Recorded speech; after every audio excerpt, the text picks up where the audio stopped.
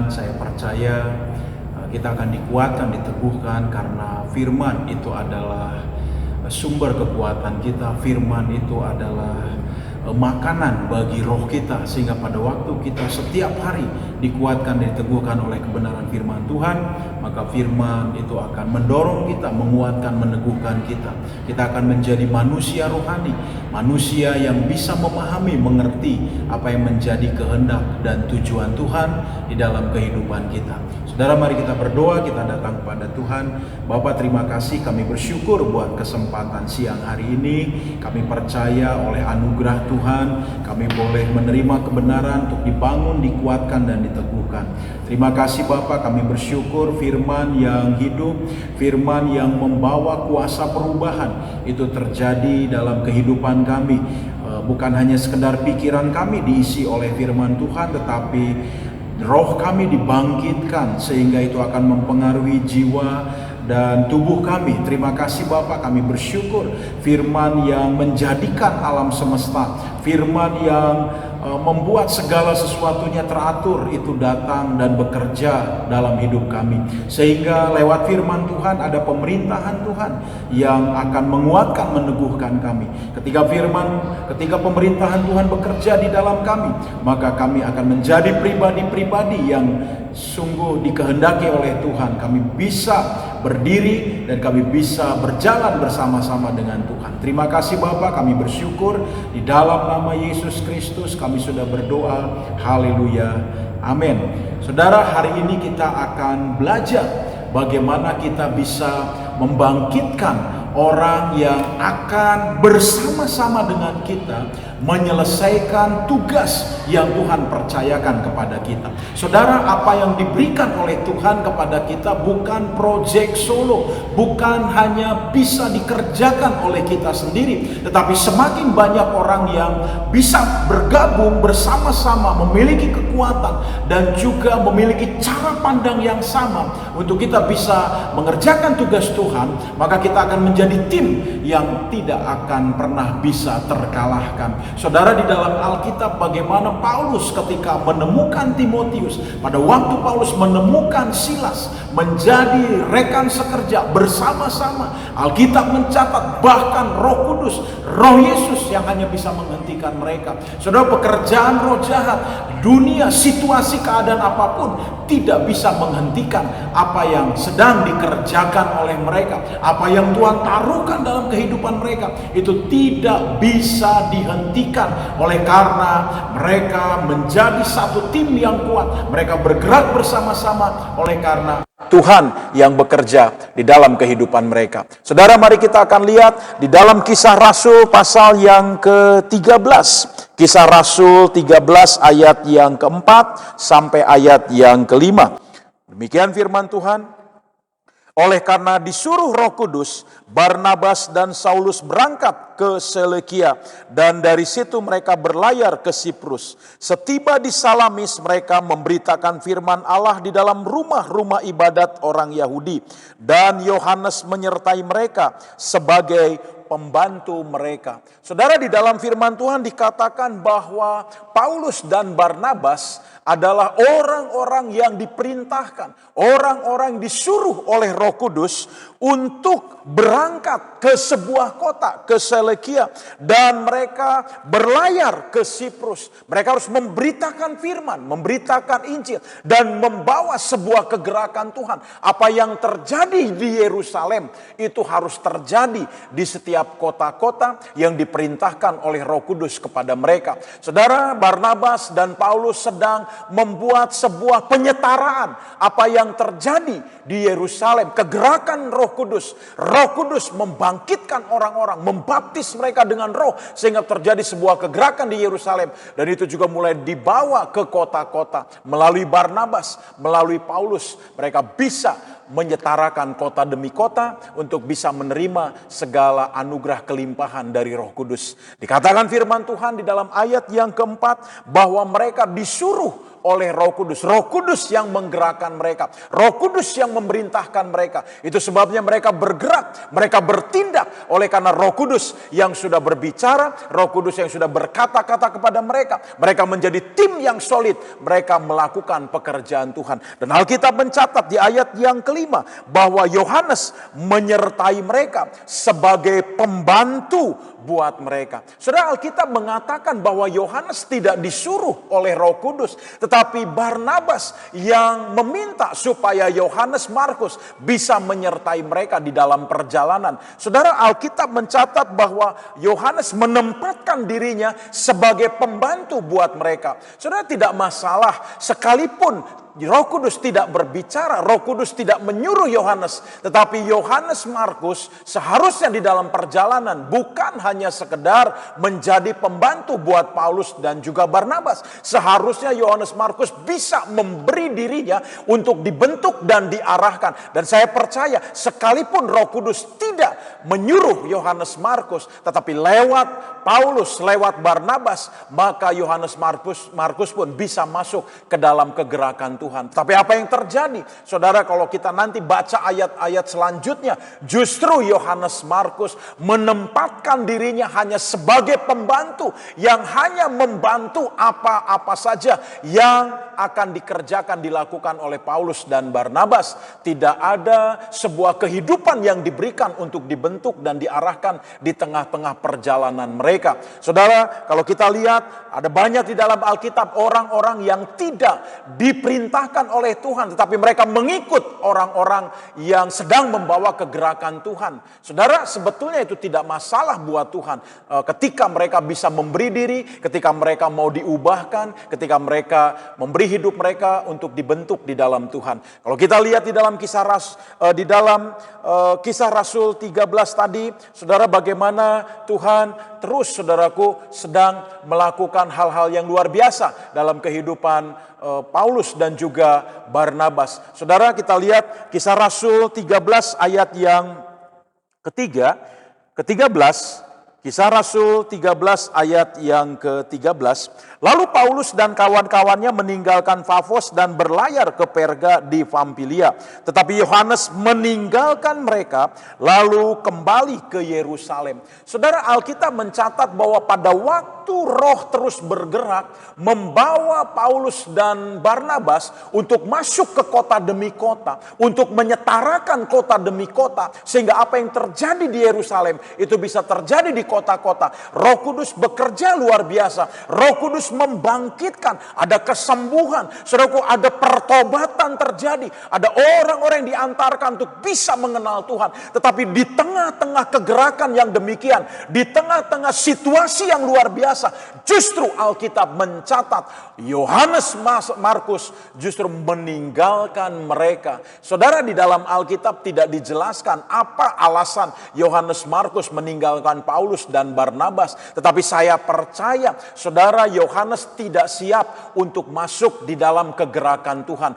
Pada waktu Roh Kudus membawa Paulus dan Barnabas dan juga yang lainnya, justru Yohanes Markus meninggalkan Paulus di tengah-tengah kegerakan yang begitu luar biasa, di tengah-tengah lawatan Roh Kudus yang luar biasa. Justru Yohanes Markus meninggalkan sebuah kegerakan Tuhan. Saudara, di dalam Alkitab kita melihat bagaimana orang-orang meninggalkan kegerakan Tuhan. Awalnya mereka mengikuti orang-orang yang membawa kegerakan Tuhan, tapi di tengah jalan mereka meninggalkan. Mereka, saudaraku, ada banyak konflik, ada banyak pergumulan di dalam batin mereka, sehingga mereka tidak sanggup untuk masuk ke dalam medan perang. Mereka tidak sanggup untuk dibawa masuk oleh pekerjaan Roh Kudus, sehingga mereka harus terhenti. Saudara, di dalam Kejadian 12 ayat yang keempat, mari kita lihat sama-sama Kejadian 12 ayat yang keempat. Kejadian 12 ayat yang keempat, demikian firman Tuhan.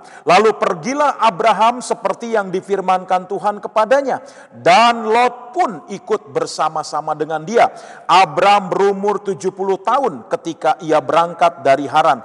Abram membawa Sarah istrinya dan Lot anak saudaranya dan segala harta benda yang didapat mereka, dan orang-orang yang diperoleh mereka di Haran. Mereka berangkat ke tanah Kanaan lalu sampai di situ. Saudara, Alkitab mencatat bahwa Lot ikut bersama-sama dengan Abram, membantu Abram. Saudaraku, Lot tidak dipanggil oleh Tuhan, Abram yang dipanggil oleh Tuhan. Tuhan berfirman kepada Abram untuk meninggalkan Haran, berangkat ke tanah yang sudah dipersiapkan oleh Tuhan. Tetapi di perjalanan Abram mengingat siapa itu Lot. Lot adalah keponakannya, saudara, yang dimana bapaknya sudah meninggal, dan Abraham membawa Lot ikut serta di dalam perjalanan. Saudara, sekalipun Lot tidak diperintahkan oleh Tuhan, jika saja Lot dalam perjalanan terus memberi hidupnya untuk dibentuk, untuk diarahkan, saya percaya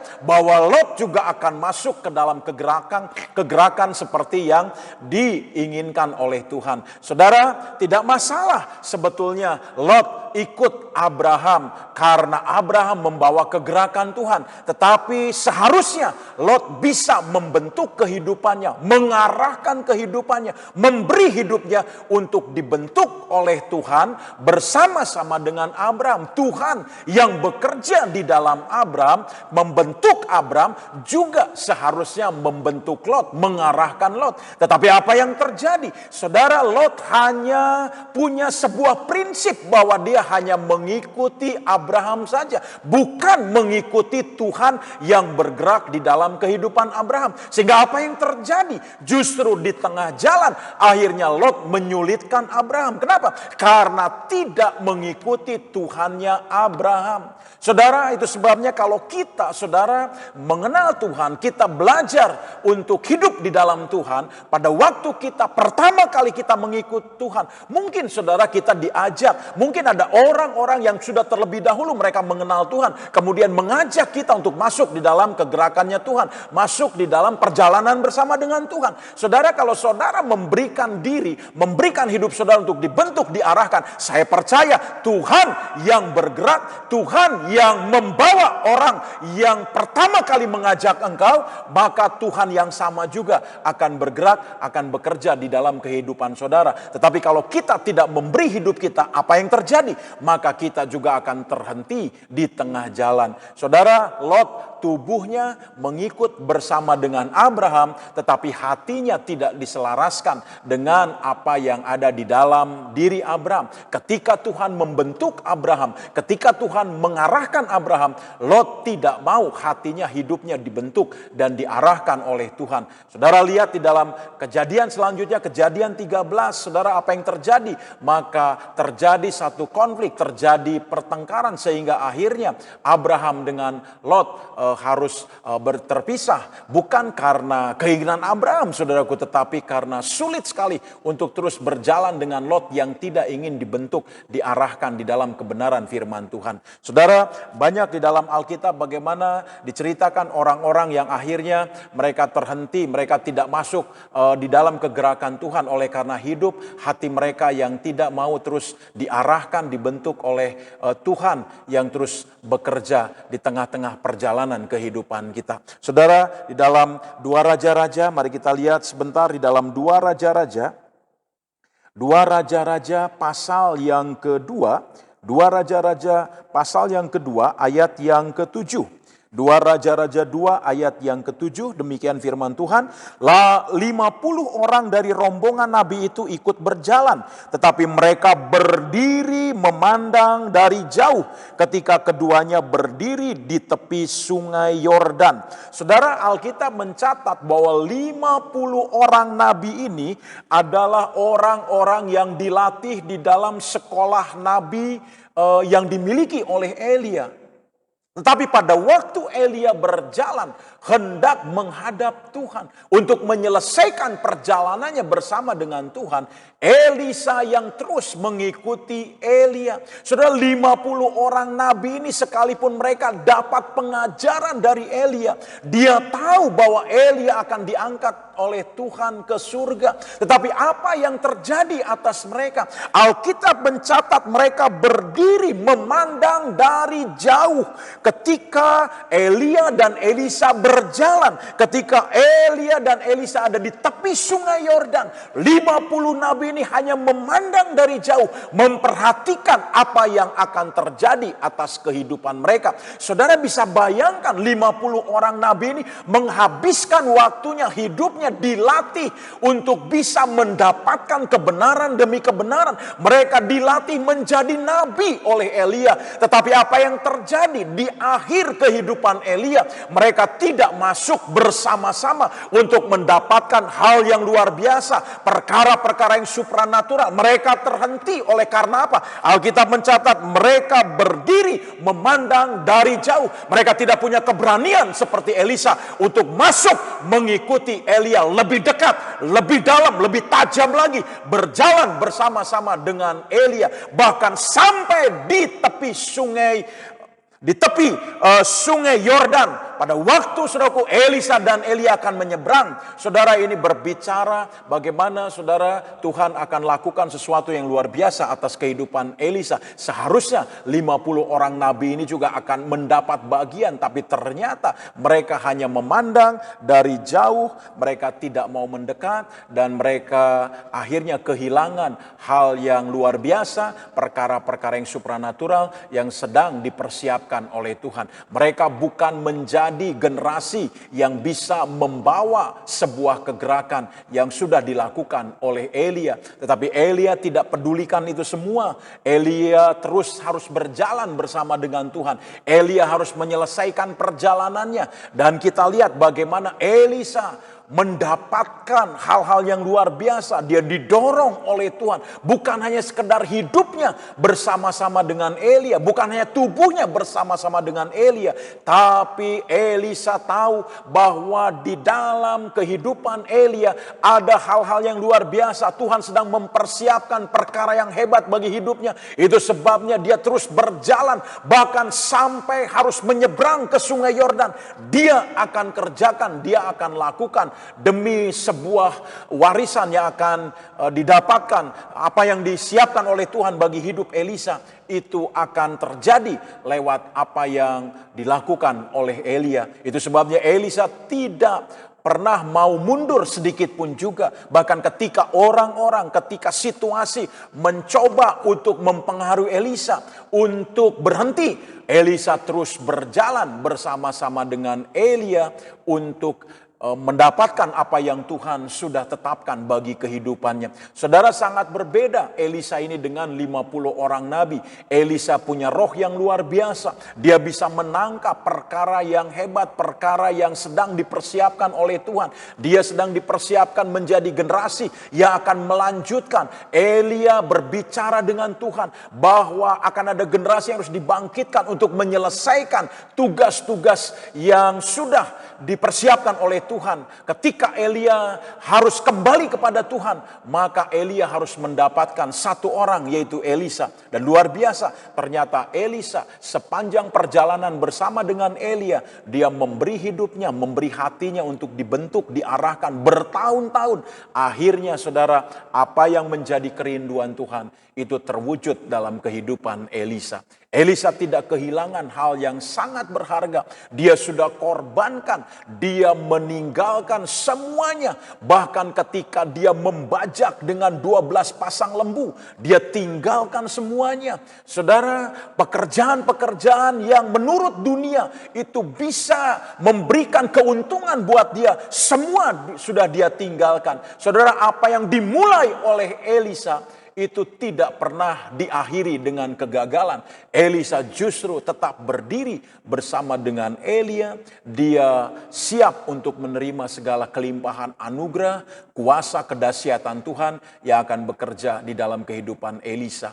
Tuhan sedang membangkitkan Elisa menjadi finishing generation, menjadi generasi yang akan menyelesaikan apa yang diperintahkan oleh Tuhan. Saudara, luar biasa. Inilah orang-orang yang dipersiapkan oleh Tuhan. Bukan seperti 50 orang nabi. Saudara, 50 orang nabi ini mirip seperti Yohanes Markus tadi. Itu tidak berani terus mendekat bersama dengan Paulus dan Barnabas. Sehingga di tengah perjalanan Yohanes Markus justru meninggalkan sebuah kegerakan. Bukan hanya meninggalkan Paulus dan dan Barnabas, tapi meninggalkan kegerakan Tuhan. Dan saya percaya saudara, ketika kita diberi kesempatan untuk masuk dalam kegerakan Tuhan dan kita meninggalkan kegerakan itu, saudara, sulit bagi kita untuk kita masuk kembali di dalam sebuah kegerakan tersebut. Itu sebabnya kita harus menjaga, saudara, apa yang sudah Tuhan anugerahkan, apa yang Tuhan beri dalam kehidupan kita, kegerakan yang Tuhan sudah anugerahkan, kita harus menjaganya. Situasi, kondisi, keadaan apapun tidak boleh menghentikan kita. Orang-orang tidak boleh menghentikan kita. Masalah tidak boleh menghentikan kita. Saudara, kita harus berjalan terus bersama dengan Tuhan. Pada waktu Tuhan berkata berjalan, maka kita harus berjalan. Pada waktu Tuhan berkata berhenti, cukup, maka kita juga harus berhenti. Kita harus terus mengikuti arahan Tuhan. Apa yang Tuhan perintahkan, kita akan kerjakan bersama-sama dengan Dia. Saudara, sebagai orang-orang yang dipanggil oleh Tuhan, sebagai pemimpin, kita harus menemukan orang-orang yang akan berjalan bersama dengan kita, menjadi satu tim, bahwa kita akan bisa menyelesaikan setiap rancangan, setiap apapun yang Tuhan sudah siapkan bagi kita. Saudara, di dalam 2 Raja-Raja 5, kita akan lihat 2 Raja-Raja 5. 2 Raja-Raja 5 ayat yang ke-25. 2 Raja-Raja 5 ayat yang ke-25. Demikian firman Tuhan. Baru saja Gehazi masuk dan tampil ke depan tuannya, berkatalah Elisa kepadanya, "Dari mana Gehazi?" Jawabnya, "Hambamu ini tidak pergi kemana-mana." Tetapi kata Elisa kepadanya, "Bukankah hatiku ikut pergi ketika orang itu turun dari atas keretanya mendapatkan engkau? Maka sekarang engkau telah menerima perak dan dengan itu dapat memperoleh kebun-kebun, kebun zaitun, kebun anggur, kambing domba, lembu sapi, budak laki-laki dan budak perempuan. Tetapi penyakit kusta Naaman akan melekat kepadamu dan kepada anak cucumu untuk selama-lamanya." Maka keluarlah Gehazi dari depannya dengan kena kusta putih seperti salju. Saudara bisa bayangkan, Gehazi bertahun-tahun ikut bersama dengan Elisa. Saudara, di dalam batinnya ada satu kerinduan. Kalau dia mengikut Elisa, berarti ada sesuatu, ada hal, ada berkat yang akan didapatkan oleh Gehazi. Tetapi ketika Gehazi menunggu, terus sudah begitu lama mengikuti Elisa, tidak ada satupun yang bisa menguntungkan dia. Saudara, sehingga ketika kesempatan itu datang, pada waktu Naaman disembuhkan, ketika mendengar perintah yang disampaikan Elisa, Naaman mengikutinya dan Naaman sembuh. Saudara, Naaman membawa pemberian-pemberian yang akan diberikan kepada Elisa. Tetapi Elisa menolaknya. Kenapa? Karena Tuhan tidak menghendaki itu menjadi bagian Elisa. Elisa tahu untuk mengambil apa yang menjadi bagiannya, apa yang bukan bagiannya, Elisa tidak mau mengambilnya. Itu sebabnya saudara, ketika Naaman datang dan disembuhkan, Naaman disuruh pulang untuk membawa segala pemberian-pemberian yang sudah dipersiapkannya. Bahkan saudaraku, persembahan Naaman itu ditolak oleh Elisa. Dan apa yang terjadi? Pada waktu Naaman sudah meninggalkan tempat Elisa, Gehazi hatinya tidak tahan. Dia melihat harta kekayaan itu, dia melihat berkat-berkat itu. Itu sebabnya dia kejar rombongan Naaman. Kemudian dia mulai berbohong. Dia mulai berkata bahwa dia diperintahkan oleh Elisa untuk menerima segala yang sudah dipersiapkan oleh Naaman. Bagi Naaman tidak masalah. Dia berikan semuanya kepada Gehazi. Kemudian apa yang diterima oleh Gehazi, dia bawa, dia tidak tunjukkan kepada Elisa. Dia simpan di dalam rumahnya. Dan pada waktu Gehazi kembali ke tempat Elisa, apa yang dikatakan oleh Elisa? Elisa berkata, "Dari mana engkau Gehazi?" Kemudian Gehazi berkata bahwa dia tidak pergi kemana-mana. Sehingga pada waktu Elisa berkata, "Tubuhmu aku bisa lihat apa yang kau kerjakan. Karena hatiku ikut bersama dengan engkau. Tubuhku tidak bersama dengan engkau, tapi rohku bisa mengikuti perjalananmu kemana saja engkau pergi. Dan apa yang kau terima, aku tahu bahwa engkau menerima segala pemberian-pemberian daripada Gehazi. Engkau bisa membeli segala hal dari pemberian itu. Engkau sudah mendapatkannya. Kambing domba engkau sudah dapatkan. Perkebunan sudah engkau dapatkan. Semuanya bisa kau beli dengan apa yang kau terima daripada Gehazi. Tapi Tuhan tidak berkenan. Tuhan tidak memerintahkan untuk itu menjadi bagian bagianmu. Dan hari ini aku berkata, Elisa berkata kepada Gehazi bahwa apa yang ada pada Naaman yaitu kustanya itu terjadi atas kehidupan Gehazi. Saudara, Gehazi mau membayar sesuatu saudara yang tidak berguna saudaraku, karena dia hatinya berubah, dia melihat berkat-berkat itu. Saudara, tahukah pada waktu Naaman datang kepada Elisa, kenapa Elisa menolak apa yang ingin diberikan oleh Naaman? Sebetulnya itu adalah rencana Tuhan, maksud Tuhan untuk mengekspos, untuk menunjukkan apa yang ada di dalam diri Gehazi. Kenapa Elisa menolak itu semua? Elisa ingin menunjukkan sebetulnya apa yang ada di dalam diri Gehazi. Ternyata bagi Gehazi lebih penting berkat-berkat jasmani, lebih penting harta kekayaan itu. Selama bertahun-tahun dia mengikut Elisa, dia melihat imannya Elisa, tetapi itu tidak terjadi dalam kehidupan Gehazi. Dia terus membantu, dia mengiringi Elisa, tetapi dia tidak menjadi generasi yang diharapkan oleh Elisa.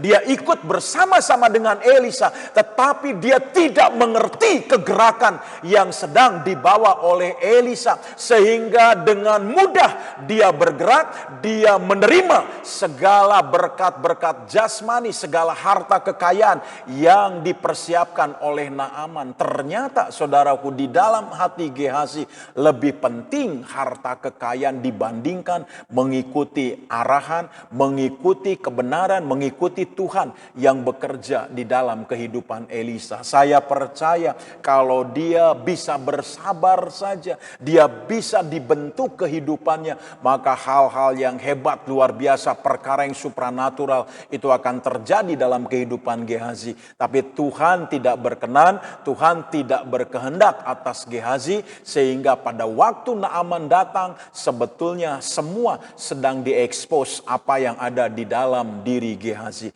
Tahukah saudara, pada waktu berkat Tuhan datang atas kehidupan kita, saudara, kadang-kadang berkat itu saudaraku mau mengekspos apa yang ada di dalam kita. Apakah kita ini benar-benar mengikut Tuhan? Apakah benar-benar Tuhan yang lebih utama dari kehidupan kita? Saudara, bukan berarti bahwa kita saudara menolak berkat-berkat itu, tetapi kalau Tuhan perintahkan itu tidak menjadi bagian kita, maka kita harus berani untuk menolaknya. Saudara, di dalam firman Tuhan ada banyak saudara orang punya iman untuk menerima, iman untuk menerima segala kelimpahan, iman untuk menerima berkat, iman untuk menerima kesembuhan. Tapi tahukah saudara, di dalam firman Tuhan di Ibrani disebutkan ada seorang yang memiliki iman untuk menolak, bukan untuk menerima. Saudara, pada waktu Musa mengerti apa yang sedang Tuhan kerjakan di dalam kehidupannya, bahwa pekerjaan Tuhan itu lebih hebat, lebih luar biasa dibandingkan dengan apapun juga yang ada di Mesir. Itu sebabnya Alkitab mencatat, maka Musa menolak segala yang disediakan oleh Mesir. Musa menolak disebut sebagai anak daripada putri Firaun. Musa menolak segala harta kekayaan Mesir. Bagi Musa lebih berharga untuk hidup bersama-sama dengan umat Allah, sekalipun harus ada di dalam penderitaan, sekalipun harus ada dalam kesulitan. Musa berani untuk menolak segala sesuatu yang justru bisa menghancurkan kehidupannya bersama dengan Tuhan. Saudara, Musa melihat bahwa kekayaan Mesir itu bukan berkat buat dia, tapi ketika dia terima itu bisa menghancurkan hidupnya, sehingga Alkitab mencatat Musa menolak segala harta kekayaan Mesir. Musa menolak segala jabatan yang diberikan oleh Mesir. Dia akan berjalan bersama-sama dengan Tuhan di dalam kesulitan, di dalam penderitaan pun tidak masalah. Musa menyadari bahwa harta kekayaan yang sesungguhnya ialah Tuhan yang terus bekerja di dalam kehidupannya. Saudara, seharusnya kita terus belajar bagaimana kehidupan Tuhan, kebenaran Tuhan itu bekerja luar biasa dalam diri kita. kita. Mungkin kita tidak secara langsung dipanggil, Tuhan berbicara secara khusus kepada kita. Mungkin pada waktu kita mengikut Tuhan, kita melihat orang-orang yang sudah terlebih dahulu. Bahkan mereka mungkin menjadi orang-orang yang mementor kita, yang menolong kita. Mereka yang membawa kegerakan, mereka tahu apa yang sedang Tuhan kerjakan dalam hidup mereka. Saudara, tidak masalah, sehingga pada waktu kau memberi hidupmu untuk dibentuk oleh Tuhan, untuk dibentuk oleh orang-orang yang menjadi mentor buat kita, maka saya percaya kegerakan Tuhan juga akan terus bekerja. Itu akan dinyatakan di dalam kehidupan kita. Saudara, kita harus belajar untuk bisa menjadi pribadi-pribadi yang disiapkan oleh Tuhan, pribadi-pribadi yang dikehendaki oleh Tuhan. Saudara, bukan seperti Gehazi, bukan seperti Lot, bukan seperti Yohanes Markus, tapi kita harus belajar menjadi pribadi yang benar-benar memberi hidup, memberi diri untuk dibangun, untuk dibentuk oleh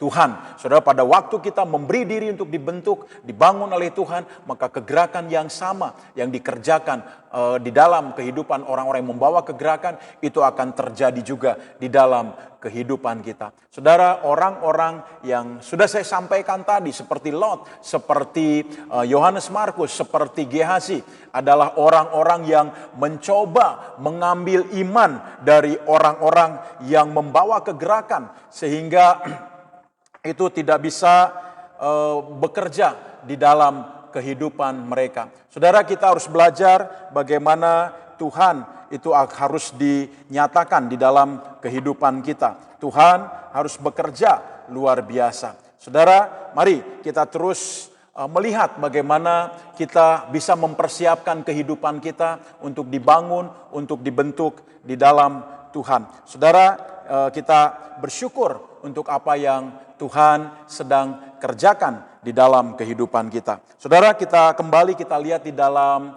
Kisah Rasul 16. Kita kembali kepada Kisah Rasul 16. Kisah Rasul 16. Kisah Rasul 16. Kita akan lihat ayat yang pertama. Kisah Rasul 16 ayat yang pertama sampai ayat yang ketiga. Kisah Rasul 16 ayat yang pertama sampai ayat yang ketiga. Ayat yang pertama saya bacakan. Paulus datang juga ke Derbe dan ke Listra. Di situ ada seorang murid bernama Timotius. Ibunya adalah seorang Yahudi yang telah menjadi percaya, sedangkan ayahnya seorang Yunani. Saudara, di dalam firman Tuhan dikatakan bahwa Timotius adalah seorang murid. Saudara, dikatakan bahwa ayat yang ketiga, Paulus mau supaya dia menyertainya dalam perjalanan. Paulus menyunatkan dia karena orang-orang Yahudi di daerah itu. Sebab setiap orang tahu bahwa bapaknya adalah orang Yunani.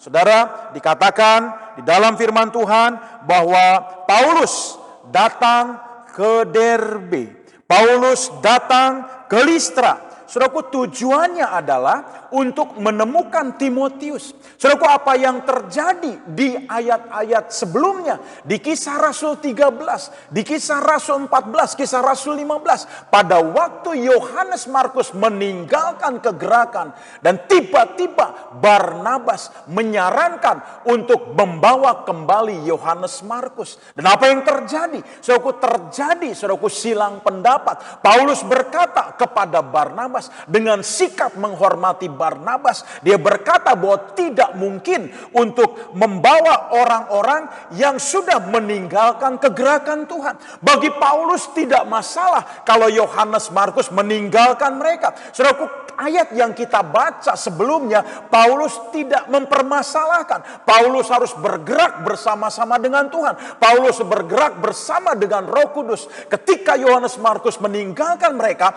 itu tidak dipermasalahkan dipermasalahkan oleh Paulus. Tapi pada waktu Barnabas ingin mengajak kembali Yohanes Markus, Paulus melihat bahwa Yohanes Markus tidak memiliki kapasitas untuk masuk ke dalam medan peperangan, untuk bisa membawa kegerakan Tuhan. Itu sebabnya Paulus berkata kepada Barnabas, tidak baik untuk membawa orang yang sudah meninggalkan kita pada waktu kegerakan, pada waktu kekuatan kuasa Tuhan bekerja, tapi akhirnya dia meninggalkan kita. Saudara, pada waktu Paulus menyampaikan, Barnabas tetap ngotot ingin membawa Yohanes Markus. Kemudian Paulus memberikan kesempatan kepada Barnabas, silahkan saja untuk membawa Yohanes Markus. Tetapi Paulus harus berjalan bersama dengan Roh Kudus. Paulus harus berjalan dengan kegerakan yang dibawa oleh Roh Kudus. Itu sebabnya kita lihat bagaimana Paulus dicatat di dalam Kisah Rasul sampai harus menyelesaikan kitab Kisah Para Rasul 28, tetapi Barnabas terhenti sampai di Kisah Rasul 15, saudaraku.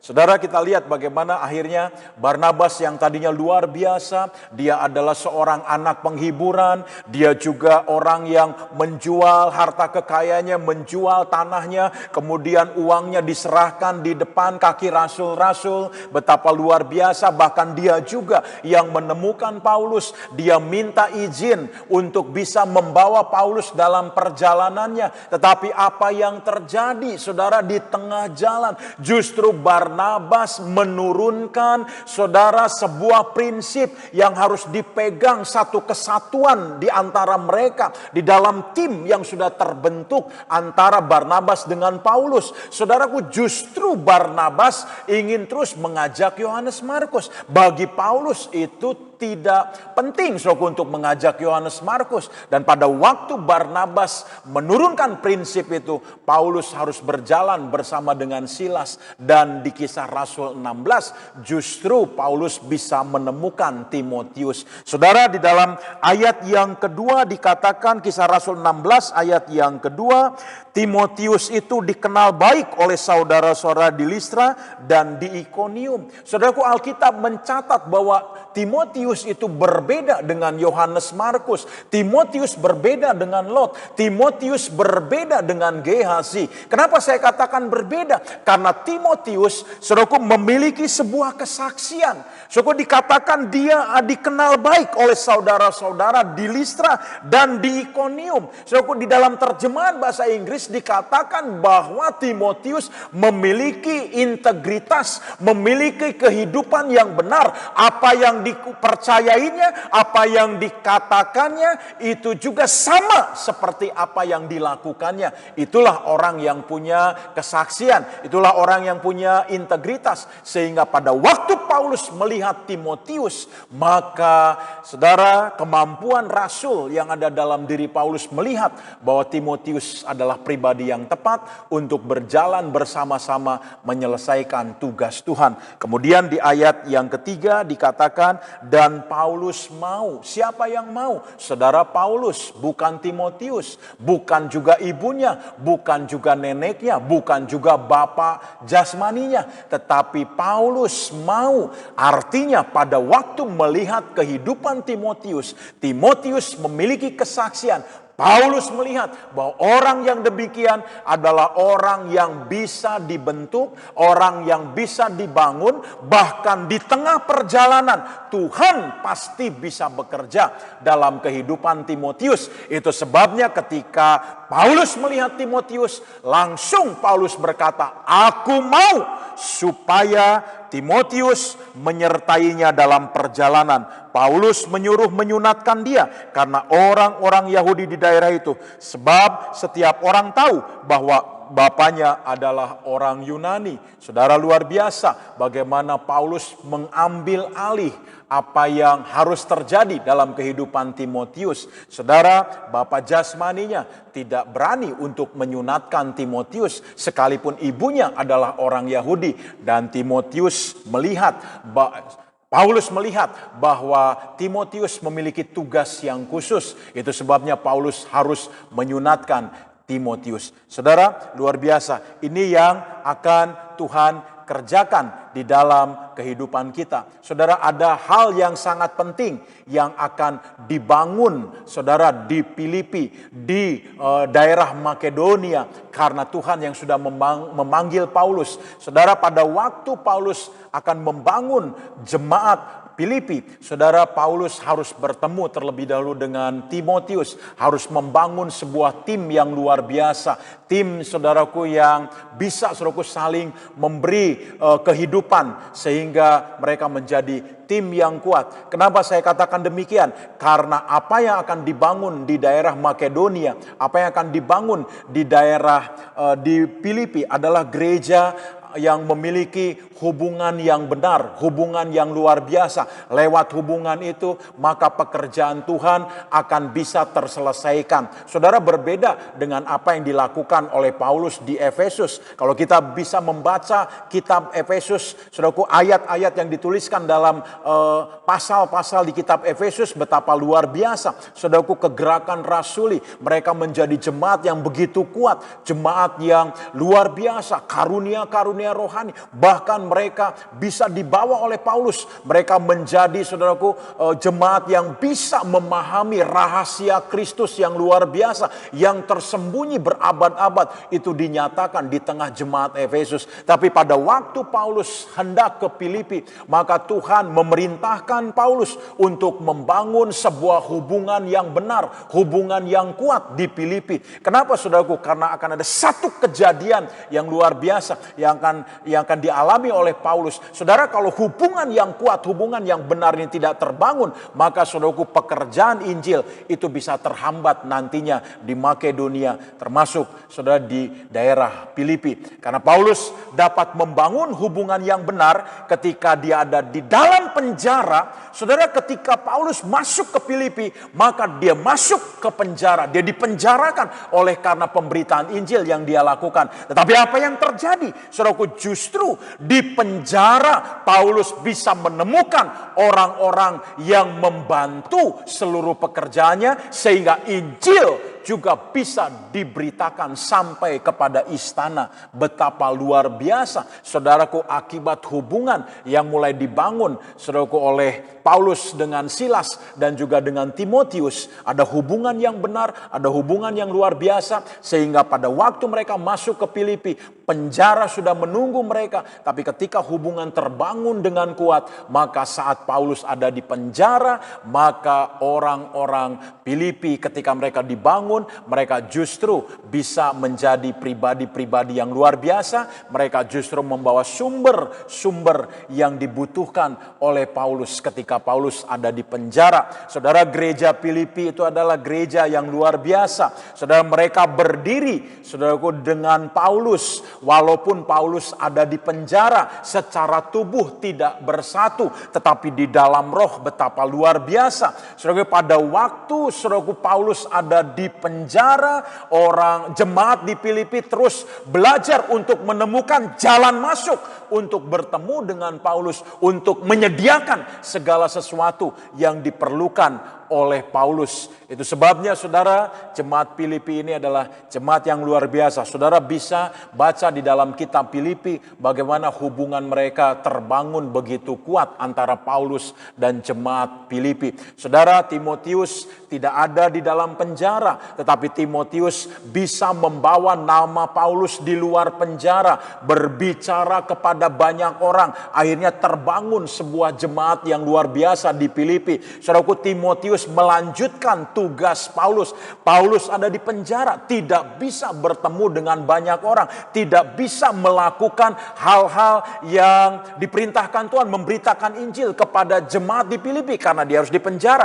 Tapi karena Paulus sudah membangun hubungan yang kuat, hubungan yang luar biasa bersama dengan Timotius, Timotius justru bisa membawa nama Paulus, tugas Paulus untuk terus dinyatakan di Filipi, sehingga ada jemaat yang luar biasa. Timotius mempresentasikan pekerjaan Paulus. Paulus ada di penjara, tapi Timotius terus bergerak di Filipi sehingga terbangun jemaat yang kuat. Saudara, luar biasa. Bahkan ketika Titus dikirim, saudaraku, buat jemaat di Filipi, dan apa yang terjadi? Justru jemaat Filipi kembali menyerahkan Silas untuk membantu Paulus di penjara, untuk menyediakan segala sesuatu yang diperlukan oleh Paulus ketika Paulus ada di penjara. Jemaat di Filipi harus memastikan semuanya bisa tersedia dengan baik apa yang diperlukan oleh Paulus. Saudara, luar biasa bahwa orang-orang jemaat yang begitu, saudaraku, menaruh perhatian kepada Paulus itu karena hubungan yang begitu luar biasa terbangun karena Silas, karena Timotius, karena Paulus bisa membangun hubungan yang begitu kuat, hubungan yang bermakna, hubungan yang luar biasa, sehingga jemaat Filipi pun bisa dibangun. Saudara, luar biasa. Partnership ataupun, saudaraku, kesatuan tim di antara mereka itu luar biasa. Sehingga ada gereja yang dibangun, gereja yang memiliki hubungan yang hebat, yang luar biasa. Nah, saudara, bagaimana Paulus bisa bekerja? Bagaimana Paulus bisa membangkitkan partner yang tepat bagi pekerjaannya? Saudara, kalau saudara lihat bagaimana terus Paulus bekerja. Timotius pada waktu ikut di dalam perjalanannya. Timotius memberi hidupnya, memberi dirinya untuk dibangun dengan apa yang dibawa oleh Paulus. Demikian juga dengan Silas. Pada waktu di perjalanan, Alkitab tidak menceritakan ada konflik lagi di tengah-tengah mereka. Tidak seperti pada waktu Paulus berjalan bersama dengan Barnabas. Saudaraku, ini menjadi tim yang luar biasa. Tim yang solid. Kalau saudara baca di dalam Alkitab bahwa saudara, mereka tidak terhentikan. Apapun pekerjaan roh jahat, situasi keadaan tidak bisa menghentikan tim ini untuk terus bisa memberitakan kebenaran luar biasa. Saudara, untuk membangkitkan successor kita, maka jangan pernah mengambil seseorang yang tidak punya kesaksian. Saudaraku, kesaksian itu adalah awal di mana seseorang bisa dilatih. Jadi bukan pelatihannya, saudaraku, yang diutamakan, yang mengawali pertama sekali orang bisa berjalan dalam kegerakan Tuhan, tetapi kesaksian hidup itu yang paling penting. Saudaraku, kesaksian menjadi awal agar orang bisa dilatih. Sekali lagi, saudara, saya mau sampaikan, kesaksian menjadi awal agar orang bisa dilatih. Ini bukan masalah bicara orang diselamatkan, tetapi ini adalah bicara bagaimana kita bisa membawa orang untuk mengerjakan tugas, untuk bersama-sama ada di dalam tugas Tuhan. Jadi saudaraku, kalau kita ingin menemukan orang-orang bisa, saudaraku, mengerjakan tugas bersama dengan kita, maka kita harus melatihnya. Sebelum kita melatihnya, kita harus bisa mengidentifikasi bahwa orang tersebut bisa memberikan hidupnya untuk dibentuk, untuk bisa diarahkan, dia punya kesaksian yang baik, sekalipun mungkin masih ada kelemahan, ada kekurangan, tetapi kalau mereka punya sebuah kesaksian bahwa mereka bisa cepat untuk bertobat, mereka bisa menghasilkan buah pertobatan pada waktu firman, pada waktu orang-orang yang mementori mereka, menegur, mengarahkan mereka, maka mereka dengan cepat untuk bertobat, mereka dengan cepat untuk memperbaiki dirinya.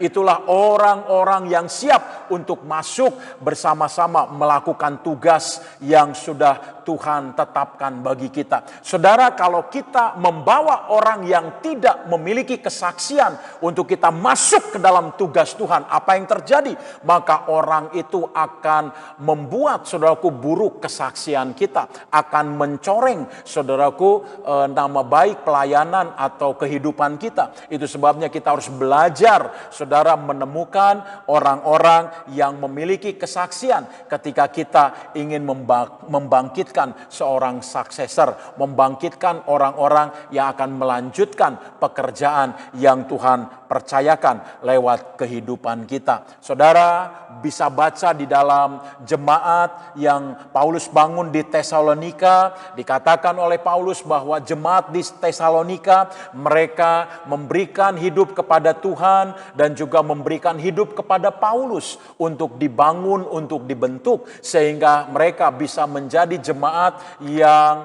bersama-sama dengan Paulus untuk mewujudkan apa yang dikehendaki oleh Tuhan. Saudara, bahan untuk seseorang bisa dilatih itu adalah, saudaraku, kerelaan untuk mereka memberi diri, memberi hidupnya untuk dibentuk, kemudian mereka memiliki kesaksian yang baik. Itulah, saudaraku, pelatihan yang harus kita kerjakan. Saudaraku, tidak ada kesaksian kehidupan, maka tidak akan ada yang namanya pelatihan atau tidak akan berhasil pelatihan tersebut. Saudaraku, saya mau sampaikan sekali lagi, engkau sebagai jemaat Tuhan, engkau harus bisa menjadi pribadi-pribadi yang bisa memberikan kehidupanmu sehingga ada kesaksian Tuhan. Saudara, kesaksian mungkin dalam kehidupan yang sederhana, dalam kehidupanmu sehari-hari. Tapi kalau kita bisa memberikan kesaksian, maka saudaraku, kita akan menjadi pribadi yang bisa dilatih, pribadi yang bisa dikembangkan untuk masuk dalam kegerakan Tuhan. Saudaraku, yang dibutuhkan oleh seorang mentor, yang dibutuhkan oleh seorang pelatih adalah sebuah kesaksian di dalam kehidupan kita. Saudara, sebuah kesaksian itu adalah sebuah kehidupan yang mau dipisahkan dari nilai-nilai dunia ini. Kehidupan yang mau dipisahkan dari daging. Saudara, itu adalah kesaksian. Saudaraku, kalau ada orang yang mau diarahkan, orang yang mau meninggalkan, saudaraku, nilai-nilai dunia, orang yang mau meninggalkan, saudaraku, kehidupan dagingnya, saudara, saya percaya orang yang demikian adalah orang yang siap untuk dilatih, yang siap untuk dibangun oleh Tuhan. Itu sebabnya pada waktu Yesus memanggil, saudaraku, murid-muridnya, masih beberapa orang saja. Tapi ketika Tuhan menjumpai mereka, Tuhan berkata, mari ikutlah aku akan menjadikan kamu penjala manusia. Menjadikan artinya, saudara, bahwa mereka yang dipanggil oleh Yesus, mereka harus memberi hidup mereka untuk bisa dibentuk, diubahkan. Yang tadinya mereka penjala ikan menjadi penjala manusia. Ada proses pembentukan, dan proses ini bisa terjadi kalau mereka mau memberikan hidup mereka. Saudara, apa yang terjadi? Dan ternyata ketika Yesus berdoa dan sudah mempersiapkan semuanya, pada waktu dia turun, dia keluar dari setelah dia berdoa, dia menemukan orang-orang yang tepat, Tuhan yang memerintahkan, Bapa yang memerintahkan Yesus untuk berjumpa dengan murid-murid yang pertama yang akan dipanggil, dan akhirnya mereka meninggalkan jala mereka meninggalkan pekerjaan mereka. Saudara, ketika Alkitab mengatakan bahwa mereka meninggalkan jala mereka, meninggalkan pekerjaan mereka, itu artinya mereka siap untuk dibentuk, siap untuk bagaimana akhirnya justru, saudara, ada banyak hal-hal yang, saudaraku, terjadi atas murid-muridnya. Ada kekhawatiran, ada, saudaraku, ketakutan, ada kelemahan yang ditunjukkan oleh mereka. Tetapi, saudaraku, Yesus terus melatih, mengarahkan mereka. Karena bagi Yesus melihat bahwa ada kerinduan, ada keinginan untuk mereka memberi hidup, untuk dibentuk dan diarahkan, sehingga mereka bisa menjadi murid-murid yang akan terus melanjutkan pekerjaan Yesus. Saudara, satu orang saja, yaitu Yudas, yang akhirnya gagal. Saudara, kenapa saudaraku Yudas gagal? Karena di dalam pelatihan, di dalam perjalanan bersama dengan Tuhan, Yudas justru tidak memberikan hidup untuk dilatih oleh Yesus. Bahkan saudaraku, Yudas adalah orang yang tidak bisa memanggil Yesus itu guru, saudara. Yudas akhirnya, saudara, tertinggal. Yudas akhirnya menjadi seorang rasul yang gagal oleh karena dirinya yang tidak mau memberi diri untuk dibentuk dan diarahkan oleh Yesus. Saudara, maka kita bisa dibentuk, kita bisa diarahkan oleh Tuhan. Saudara, tidak ada kesaksian, maka tidak ada pelatihan. Karena itu, saudaraku, Paulus ingin supaya saudaraku, menyunatkan Timotius. Kenapa? Karena ada pekerjaan khusus. Paulus harus memastikan bahwa saudara Timotius siap untuk masuk di dalam pekerjaan yang sudah dipersiapkan oleh Tuhan. Ketika Paulus menyunat Timotius, mempersiapkan Timotius, Paulus tidak ingin bahwa di dalam perjalanan bersama dengan Paulus musuh mengambil bagian, musuh mensabotase kehidupan Timotius sehingga akhirnya Timotius gagal. Paulus tidak ingin kegagalan yang sama yang terjadi atas Yohanes Markus itu terjadi juga atas Timotius. Saya mau sampaikan siang hari ini, saudara, ketika engkau memberi diri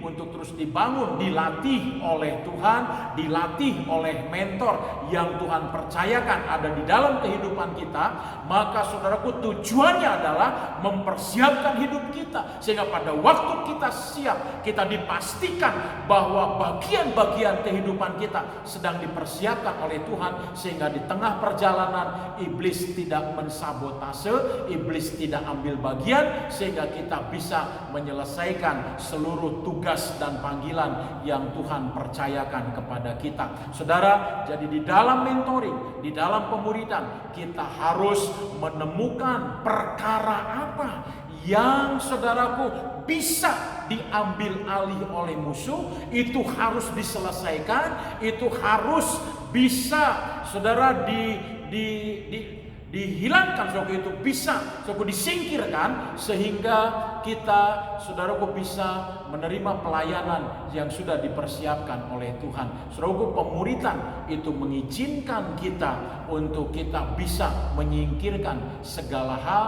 yang akhirnya bisa diambil alih oleh setan untuk mensabotase kehidupan kita. Saudara, pada waktu kita pemuridan, maka kita sedang diarahkan untuk kita tidak hidup di dalam daging, untuk kita tidak hidup menurut jalan dunia ini. Saudara, saya percaya ketika kita hidup menurut jalan Tuhan, maka kita akan menjadi pribadi yang mudah dibentuk dan kita menjadi pribadi yang mudah diarahkan.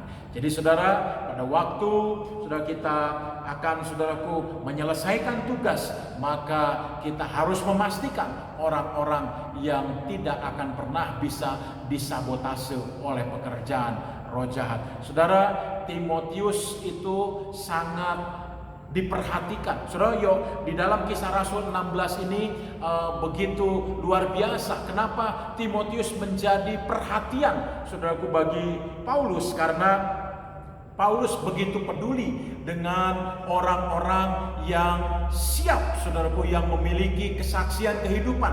Karena Paulus percaya orang-orang yang memiliki kesaksian kehidupan itu di tengah-tengah perjalanan ketika mereka dibentuk, mereka tidak akan tersandung. Mereka bisa melanjutkan kegerakan Tuhan. Saudara, kita harus belajar apa yang Tuhan sedang persiapkan. Kalau kita menjadi pribadi-pribadi yang dipersiapkan Tuhan untuk melanjutkan sebuah kegerakan, sebuah perjalanan bersama dengan Tuhan, maka kita harus siap untuk dibentuk, kita harus siap menjadi orang-orang yang diarahkan. Saudara, apa yang terjadi di Kisah 15, di dalam di Kisah Rasul 16, saudara, Paulus mulai, saudaraku, mengeset hidupnya. Dia tidak lagi mau mengambil orang yang punya kesaksian yang buruk, saudaraku, sehingga itu bisa mengganggu perjalanan bersama dengan Tuhan.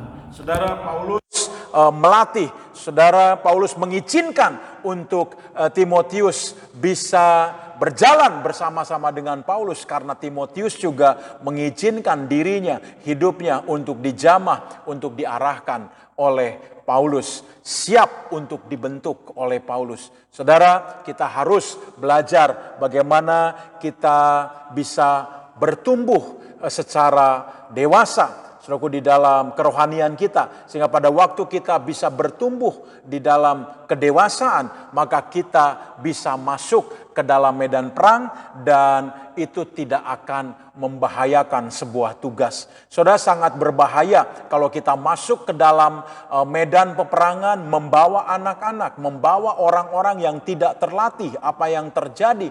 Justru saudara, itu akan memberatkan sebuah tugas. Saudara, itu sebabnya sebelum kita masuk ke dalam tugas, kita harus bisa dibentuk, kita harus bisa dilatih, kita bisa diarahkan sehingga saudara, Tuhan bisa memakai, Tuhan bisa mengarahkan kita. Saudara, Barnabas dan Paulus mengalami, saudaraku, konflik. Saudaraku, Paulus akhirnya, saudaraku, pergi untuk menyelesaikan Kisah Rasul sampai di pasal yang ke-28. Tetapi justru Barnabas terhenti di Kisah Rasul pasal yang ke-15. Saudara, kita harus belajar bagaimana kita bisa menyelesaikan apa yang Tuhan sudah anugerahkan di dalam kehidupan kita. Jika kita ingin berada di dalam kitab kehidupan Tuhan, maka kita harus berjalan di dalam jalan kebenaran. Saudara, jangan pernah kita menentang kebenaran. Jangan pernah kita, saudaraku, berseberangan dengan yang namanya kebenaran. Pada saat kita berseberangan, pada saat kita menentang kebenaran, maka itu akan menggeser posisi kita di hadapan Tuhan. Sekali lagi saudara, pada waktu Tuhan menaruhkan posisi kepada kita, posisi di hadapan Tuhan itu bisa dikuatkan, diteguhkan pada waktu kita terus berjalan di dalam kebenaran. Tetapi pada waktu kita keluar dari kebenaran, kita menggeser kebenaran dalam kehidupan kita, maka kita akan kehilangan posisi, maka kita akan keluar dari posisi yang sudah Tuhan berikan kepada kita. Saudara, kalau kita keluar dari prinsip-prinsip ilahi, maka Roh Kudus tidak akan pernah bekerja di dalam kita dan kita akan bertindak di dalam kedagingan. Sama seperti apa yang dialami jemaat Galatia. Paulus berkata bahwa apa yang diawali dengan roh, tapi akhirnya diakhiri oleh daging. Saudara, itu tidak ingin terjadi dalam kehidupan kita. Apa yang kita mulai dengan roh, kita harus bisa selesaikan juga di dalam roh. Saudara, Barnabas memulai dengan baik. Saudara bisa baca di dalam Kisah Rasul 4, melakukan hal-hal yang luar biasa. Saudaraku, bahkan di dalam Kisah Para Rasul 11, Kisah Rasul 12, Kisah Rasul 13. Tetapi saat masuk ke dalam Kisah Rasul pasal yang ke-15, Barnabas justru tidak tercatat lagi, saudaraku. Kenapa, saudaraku? Karena, saudaraku, Barnabas tidak mendapatkan kuasa untuk menyelesaikan bersama-sama dengan Paulus. Saudara, kalau saudara baca baik-baik, saudaraku, Paulus sangat menghargai, sangat menghormati apa yang Tuhan kerjakan di dalam kehidupan Barnabas. Tetapi pada waktu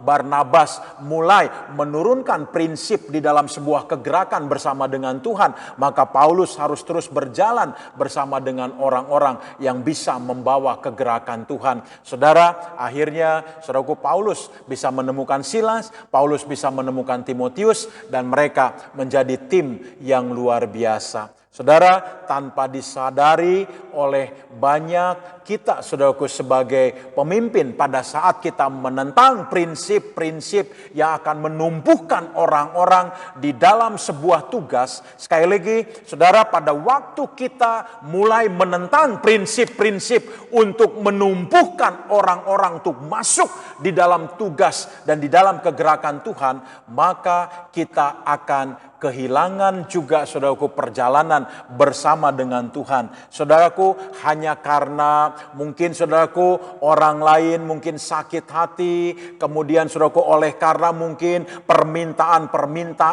keluarga, pada waktu misalnya keluarga mulai bergabung dengan kita, kemudian kita mulai mengkhotbahkan nilai-nilai yang mungkin kita turunkan karena kita segan, kita tidak bisa, saudaraku, bahkan memberikan, saudaraku, ketajaman kebenaran firman Tuhan, sehingga akhirnya justru kita mengubah prinsip yang ada. Saudara, Tuhan tidak menghendaki untuk kita mengubah prinsip-prinsip yang ada. Kita harus terus memegang dengan teguh. Bahkan di dalam membangun hubungan yang benar, prinsip-prinsip kebenaran itu harus ditegakkan lebih kuat lagi.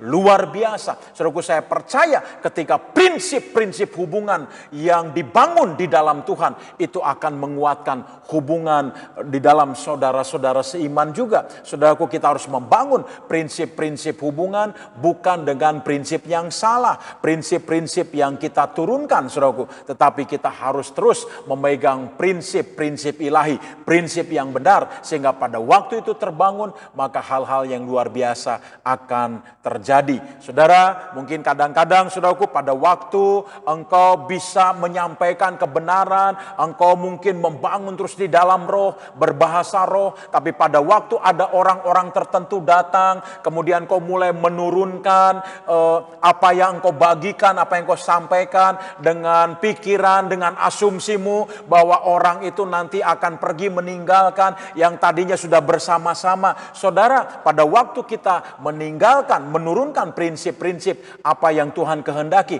maka justru kita akan kehilangan, bukan hanya kehilangan orang, tetapi kita akan kehilangan sebuah kegerakan Tuhan yang Tuhan sedang kerjakan di dalam kehidupan kita. Saudara, kita harus punya prinsip, saudaraku, seperti Daud. Saudara, dia tidak ingin kehilangan Tuhan. Saudara, semua mungkin bisa meninggalkan dia. Orang-orang bisa meninggalkan dia. Kemudian, saudaraku, mungkin juga apa yang dia miliki itu bisa hilang dalam kehidupan dia. Tapi prinsip yang luar biasa dalam kehidupan Daud, dia tidak ingin kehilangan Tuhan di dalam kehidupannya. Itu sebabnya Daud tidak ingin menurunkan prinsip apa yang sudah Tuhan taruhkan dalam kehidupannya, sehingga pada waktu ada kelemahan, ada dosa yang dilakukan oleh Daud, dengan cepat Daud menyelesaikannya, dengan cepat Daud menunjukkan buah-buah pertobatan, dan akhirnya Tuhan kembali berkenan di dalam kehidupan Daud. Saudara, kita harus belajar, saudaraku, untuk tidak membuat alasan, saudaraku, alasan apapun yang membuat justru akhirnya kita kehilangan banyak hal apa yang Tuhan sedang kerjakan di dalam kehidupan kita. Saudara, kita harus membawa, saudaraku, orang-orang masuk ke dalam tugas Tuhan adalah orang-orang yang bisa menjadi garam, orang-orang yang bisa menjadi terang bagi dunia ini. Saudara, itu sebabnya kita harus berani mengarahkan mereka, membawa mereka, menegur mereka, mengingatkan mereka, sehingga benar-benar kalau mereka adalah orang-orangnya Tuhan yang dipersiapkan untuk menjadi garam dunia, menjadi terang dunia, maka mereka siap dan mereka akan masuk di dalam kegerakan Tuhan. Saudara, ini yang harus terus terjadi, saudaraku, dalam kehidupan kita. Saudaraku, ada banyak orang yang begitu ketakutan saat orang-orang pergi meninggalkan dia, saudaraku, tetapi mereka tidak takut Tuhan meninggalkan kehidupannya. Saudaraku, lebih takut, saudaraku. Kenapa? Karena mungkin orang yang datang itu adalah orang yang berpengaruh, orang yang bisa membawa berkat, orang yang bisa mengubah kehidupannya,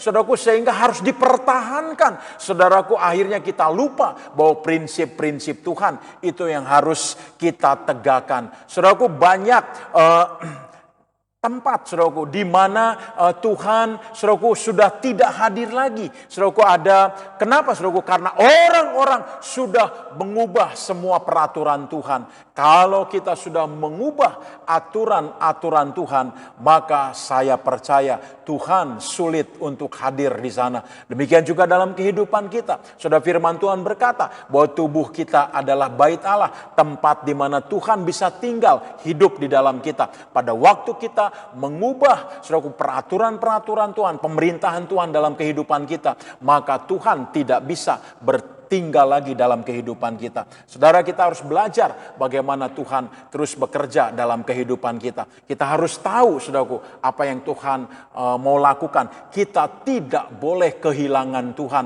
Saudara, bisa saja mungkin kita kehilangan berkat-berkat. Kita kehilangan orang-orang yang kita pikir adalah orang-orang yang bisa membantu, menolong kita. Saudaraku, orang-orang yang bisa mendorong kita untuk kita bisa mendapatkan banyak hal di dalam perjalanan kehidupan kehidupan kita. Saudara, kalau Tuhan izinkan mereka harus meninggalkan kita, saudara, kita harus rela, saudaraku, kita harus berjalan bersama dengan Tuhan. Saudaraku, kita tidak ingin kehilangan Tuhan di dalam perjalanan kehidupan kita. Saudara, apa yang terjadi atas Maria dan Yusuf pada waktu mereka berjalan, saudaraku, hendak, saudaraku, melakukan, saudaraku, sebuah perayaan rohani. Saudaraku, apa yang terjadi? Saudaraku, di tengah jalan pada waktu mereka pulang, mereka kehilangan Yesus. Mereka berpikir bahwa di dalam perayaan, di dalam pasar yang ramai, mereka kehilangan Yesus. Dan mereka menempuh 2 hari perjalanan untuk mencari kembali Yesus. Saudaraku, Yesus tidak ada di dalam kelompok mereka. Saudara bisa bayangkan orang tua seperti apa sebelum pulang. Seharusnya Maria dan Yusuf bisa memastikan bahwa Yesus ada bersama-sama dengan dia. Tetapi apa yang terjadi? Justru setelah dalam perjalanan, setelah 2 hari, mereka mulai menyadari mereka kehilangan Yesus. Akhirnya mereka harus balik kembali untuk mencari Yesus. Saudara bisa bayangkan 2 hari, seharusnya beberapa menit saja dia harus menyadari bahwa Yesus tidak bersama-sama dengan mereka. Saudara, saya pernah, saudaraku, ada di dalam perjalanan, di dalam satu bis, saudaraku, di dalam satu tim. Saudaraku, ini bukan bis umum, tapi bis yang disewa untuk perjalanan. Saudaraku, pada waktu bis itu berhenti dan akhirnya orang-orang keluar dari bis itu untuk beristirahat. Pada waktu bis itu akan maju, sopirnya, kondektornya mengingatkan supaya memastikan adakah orang-orang di samping kiri kanannya yang sudah bersama-sama di dalam bis itu. Kalau ada 1 orang saja yang tidak bersama-sama, maka bis itu tidak akan berjalan, bis itu tidak akan melanjutkan perjalanan. Maka harus dipastikan terlebih dahulu sebelum perjalanan itu dilakukan, maka semua orang-orang di dalam bis itu sudah komplit, semua sudah ada. Tapi saudaraku, apa yang terjadi atas Maria dan Yusuf sehingga mereka baru menyadari setelah 2 hari, baru mereka menyadari bahwa Yesus sudah tidak bersama-sama dengan mereka. Saudara bisa bayangkan apa yang terjadi ketika saya membaca ayat-ayat ini. Apakah Maria dan Yusuf adalah orang yang bertanggung jawab kepada Yesus? Itu sebabnya kita tidak perlu membanggakan Maria, membanggakan Yusuf, saudaraku. Saudara, di dalam perjalanan membesarkan Yesus, ada banyak hal yang, saudaraku, mereka juga, saudaraku, mengalami kekurangan. Dan hanya Bapa saja yang bertanggung jawab kepada Yesus. Itu sebabnya sebelum Yesus lahir, Bapa sudah berkata bahwa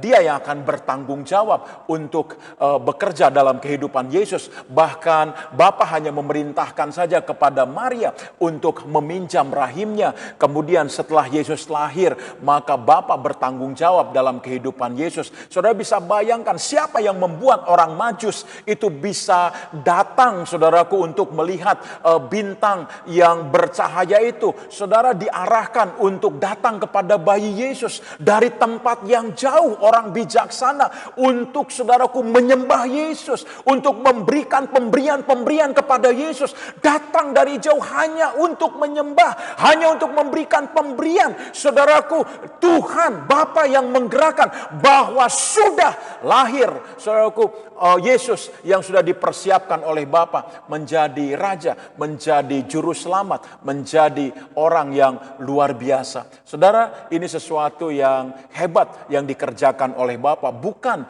karena Maria, bukan karena Yusuf, tapi karena Bapa yang bertanggung jawab kepada Yesus. Saudara, Maria dan Yusuf, saudara, kalau kita lihat di dalam kejadian ini, saudaraku, bukan orang tua yang begitu sempurna, orang tua yang baik di dalam mengarahkan. Saudara bisa bayangkan 2 hari baru menyadari tidak ada Yesus bersama-sama dengan mereka. Saudara, ini yang seharusnya menjadi sebuah perenungan kita. Saudara, pada waktu kita menyelesaikan, pada waktu kita berjalan bersama dengan Tuhan untuk menyelesaikan perjalanan Tuhan, kita harus memastikan orang-orang yang terus berjalan bersama dengan kita. Kita harus pastikan bahwa mereka terus mengalami anugerah, mengalami kelimpahan, mengalami terobosan, mengalami jamahan Tuhan, sehingga mereka terus bisa berjalan bersama dengan kita. Saudaraku,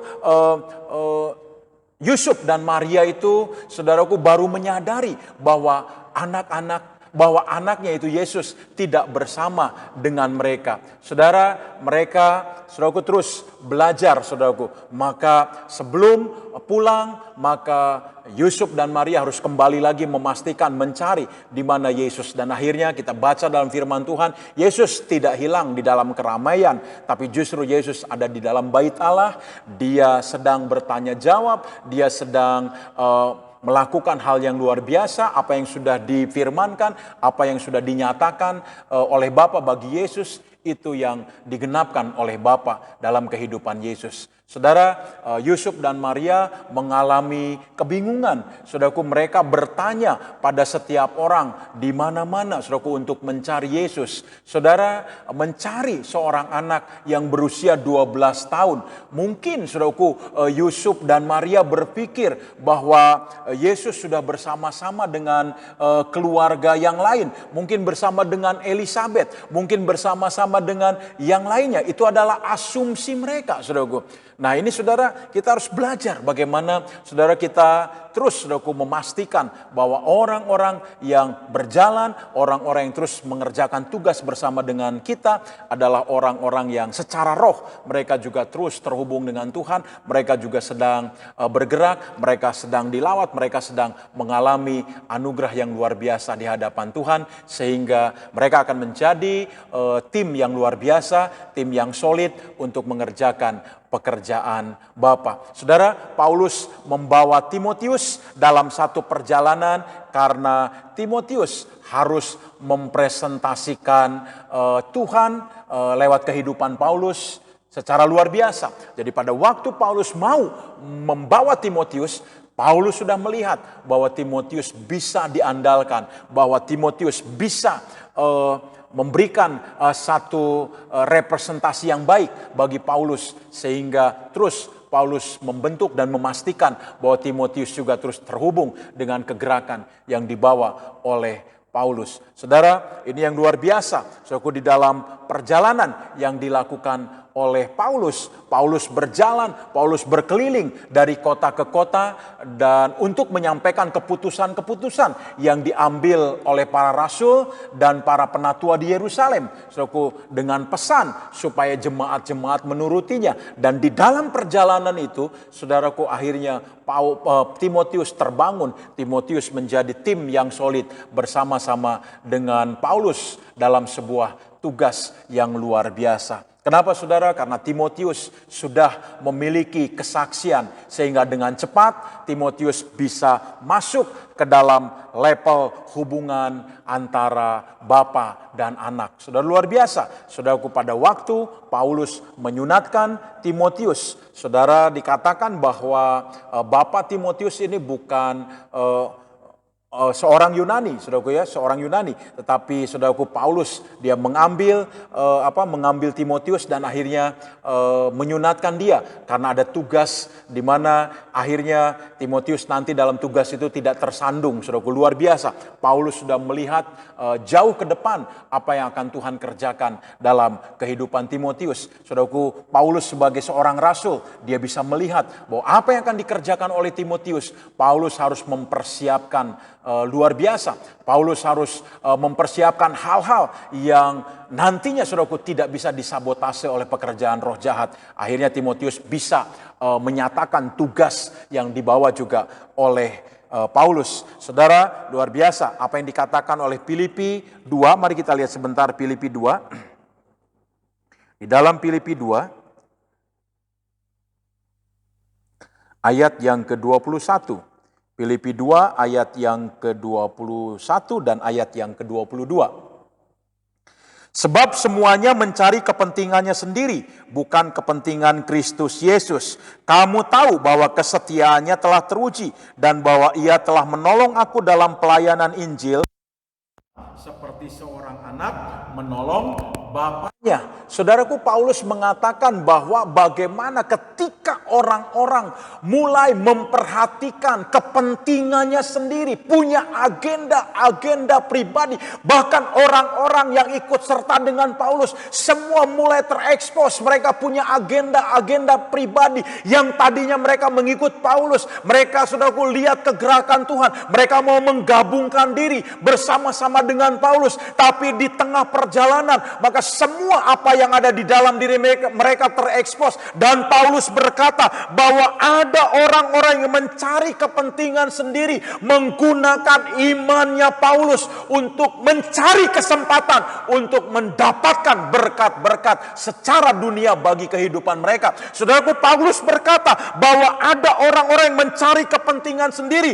bukan kepentingan Kristus Yesus. Mereka dibawa oleh Paulus untuk bisa menyatakan Kristus Yesus, untuk menunjukkan kepentingan Kristus Yesus. Agenda dari pekerjaan Bapa, agenda sorga itu harus terjadi dalam kehidupan mereka. Tetapi di perjalanan justru mereka mengubah agendanya. Mereka mulai mencari kepentingan mereka. Sehingga Paulus berkata, mereka hanya mencari kepentingan sendiri. Mereka mencari kepentingan buat dirinya sendiri. Mereka mengambil, saudara, kesempatan untuk memperkaya diri mereka, untuk tujuan-tujuan bagi kepentingan diri mereka. Saudaraku, Paulus mengatakan ini, saudaraku, menunjukkan, saudaraku, kepada orang-orang yang dilayaninya bahwa Timotius itu berbeda. Saudaraku, bukan seperti orang-orang yang ditunjukkan oleh Paulus yang hanya mencari kepentingannya sendiri. Saudaraku, di dalam ayat yang ke-22 dikatakan, kamu tahu bahwa kesetiaannya telah teruji. Kesetiaannya telah teruji di dalam perjalanan bersama dengan Paulus. Kalau Paulus berkata telah teruji, berarti ada banyak hal yang terjadi atas Timotius. Ada hal-hal yang bisa menghentikan Timotius. Ada hal-hal yang bisa menghancurkan Timotius. Ada hal-hal yang bisa akhirnya mengeluarkan Timotius dari hubungan bersama dengan Paulus. Sehingga pada waktu Paulus berkata bahwa Timotius adalah orang yang sudah teruji. Saudaraku, segala masalah, segala rintangan, segala situasi yang sulit itu sudah dilalui oleh Timotius. Sehingga Paulus berkata, orang ini adalah orang yang teruji dan bisa berjalan bersama-sama dengan dia. Sehingga Paulus berkata bahwa Timotius adalah orang yang bisa diandalkan. Timotius adalah seorang seperti, katanya, seorang bapa, seorang anak yang membantu bapaknya. Saudaraku, ada hubungan antara, saudaraku, bapa dan anak. Saudaraku, Paulus melihat hubungan itu terjadi ketika, saudaraku, ada di perjalanan, ketika Timotius memberi hidupnya, ketika Paulus juga memberi hidupnya. Apa yang terjadi? Hubungan yang luar biasa itu terbangun, membawa dampak yang luar biasa di wilayah Makedonia, membawa dampak yang luar biasa di Filipi. Sehingga jemaat Filipi adalah jemaat yang kuat di dalam membangun hubungan persaudaraan. Saudara, dari mana itu bisa terjadi? Saudaraku, itu lahir dari roh yang dibangun oleh Paulus bersama-sama dengan Timotius. Betapa luar biasa. Saya ingin sampaikan pada kesempatan siang hari ini, kalau saudara bisa dibangun, saudara bisa dibentuk oleh Tuhan karena saudara memberikan hidup, saudara rela, saudara hidup saudara bisa dibawa untuk kepentingan Tuhan. Saya mau katakan, untuk kepentingan Tuhan. Saudara, kita sebagai pemimpin juga harus belajar. Pada waktu kita membawa mereka, membawa orang-orang yang Tuhan percayakan kepada kita, maka kita harus belajar mengarahkan mereka bahwa hanya kepentingan Tuhan, hanya tujuan Tuhan yang harus terjadi dalam kehidupan mereka. Pada waktu kita membangun hubungan dengan mereka, saudara, bukan hanya sekedar dari salah satu pihak, saudara harus dua belah pihak. Saudara, orang yang kita layani juga, mereka harus memberi hidup. Demikian juga dengan kita harus memberi hidup sehingga terjadi satu partnership yang luar biasa. Saudaraku, pada waktu partnership ini terbangun, maka saudaraku itu akan membangun sebuah dimensi di dalam roh. Saudaraku, dimensi roh yang luar biasa, sehingga pada waktu kita masuk, saudaraku, ke tempat pelayanan yang Tuhan percayakan, maka pekerjaan Tuhan itu tidak akan pernah, saudaraku, disabotase. Pekerjaan Tuhan itu tidak akan pernah, saudaraku, dihancurkan. Oleh karena, saudaraku, kita belajar memahami dan kita mengerti bagaimana kita membangun hubungan yang benar. Saudaraku, saya mau sampaikan siang hari ini, kalau kita bisa memberi hidup kita, maka kita mudah dibentuk, kita mudah dibangun. Saudaraku, pelatihan yang akan terjadi dalam kehidupan kita itu diawali oleh sebuah kesaksian kehidupan. Saudaraku, saya mau sampaikan, kesaksian kehidupan itu adalah hal yang penting. Itu hal yang pertama yang harus terjadi sebelum betul kita menjadi orang-orang yang akan dilatih, yang akan diarahkan menjadi orang-orang yang akan mengerjakan tugas bersama dengan orang-orang yang membawa kegerakan Tuhan, yang diizinkan oleh Tuhan itu bekerja dan membawa kehidupan kita. Saya mau sampaikan siang hari ini, saudara harus memberi hidup saudara. Saudara, ketika saudara memberi hidup saudara kepada Tuhan, kepada orang-orang yang membentuk hidup saudara, maka dengan mudah saudara bisa diarahkan, dengan mudah saudara akan mengalami hal-hal yang luar biasa, dan itu yang akan terjadi dalam kehidupan saudara. Saudara, mari kita belajar untuk menjadi pribadi-pribadi yang bisa memberikan kehidupan kita, memberikan kesaksian yang baik, bahkan di tengah-tengah kehidupan yang sederhana yang kita jalani, saudara, kita bisa memberikan kesaksian yang baik. Saudara, bukan memberikan kesaksian yang baik, bukan hidup kita harus sempurna terlebih dahulu. Saudaraku, saya percaya di dalam perjalanan kehidupan kita, firman akan menyempurnakan kita. Tapi minimal saudara, pada waktu kita memiliki kesaksian yang baik, saudara, artinya saudara siap diarahkan, saudara siap dibentuk, saudara siap ditegur, saudara siap untuk dinasehati, sehingga engkau menjadi pribadi-pribadi yang luar biasa. Pada waktu engkau memberi kehidupan kepada Tuhan, kepada orang-orang yang membentuk hidupmu, maka apapun saudaraku yang terjadi, itu tidak akan membuat engkau menjadi sakit hati, kecewa, menjadi marah. Kenapa? Karena engkau adalah orang-orang yang memberi hidup kepada Tuhan dan memberi hidup kepada orang-orang yang diizinkan Tuhan untuk membentuk kehidupan kita. Sekali lagi, saudara, kita harus bisa menjadi orang-orang yang bisa menyerahkan kehidupan kepada Tuhan dan juga kepada orang-orang yang Tuhan percayakan untuk membangun, untuk membawa kehidupan kita. Kita bisa mengerjakan pekerjaan Tuhan. Saudara, ini yang saya sampaikan siang hari ini. Pada waktu saudara bisa dibentuk oleh Tuhan, saya percaya kita akan masuk ke dalam tugas Tuhan. Maka apa yang Tuhan percayakan itu bisa kita selesaikan. Saudara, mari kita berdoa, kita datang kepada Tuhan.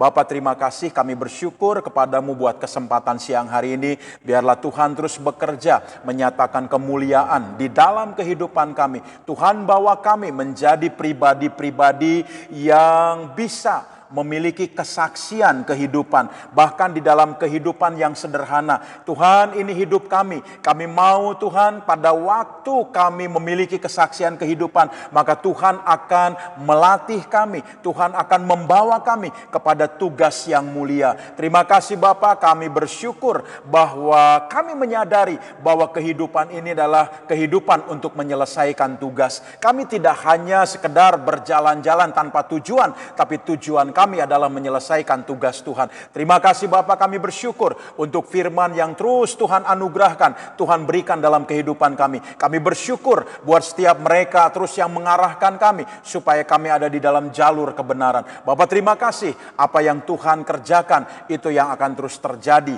dalam kehidupan kami. Terima kasih Bapa, kami serahkan hidup kami ke dalam tangan Tuhan. Engkau yang terus bekerja, Engkau yang membentuk kehidupan kami. Hamba berdoa secara khusus buat setiap mereka Tuhan, yang ada di dalam situasi keadaan yang sulit, yang Tuhan terus izinkan untuk dijalani oleh mereka. Bapa, aku berdoa, kuatkan dan teguhkan mereka. Mereka tidak keluar dengan cara mereka, tetapi mereka terus melihat bagaimana tangan Tuhan bekerja luar biasa untuk mereka bisa menyelesaikan bersama-sama dengan Tuhan. Oh Bapa, aku berdoa ketika mereka ada dalam keadaan sakit, Bapa yang menjamah, menyembuhkan mereka dengan firman kebenaran, dengan bilur-bilur yang Tuhan sudah hadapi, Tuhan terjadi, itu juga dialami oleh mereka. Tuhan, kami berdoa, Tuhan yang menyembuhkan, Tuhan yang menjamah mereka, Tuhan yang membangkitkan mereka, apapun penyakit mereka, apapun yang dialami oleh mereka. Bapa, mereka akan bangkit dengan kekuatan penuh, mereka akan disembuhkan oleh karena firman kebenaran bekerja di dalam mereka. Sekali lagi aku berdoa, oleh karena bilur-bilur Tuhan, mereka sembuh, mereka dibangkitkan, mereka dikuatkan. Terima kasih Bapak, kami bersyukur kalau mereka ada di dalam masalah kesulitan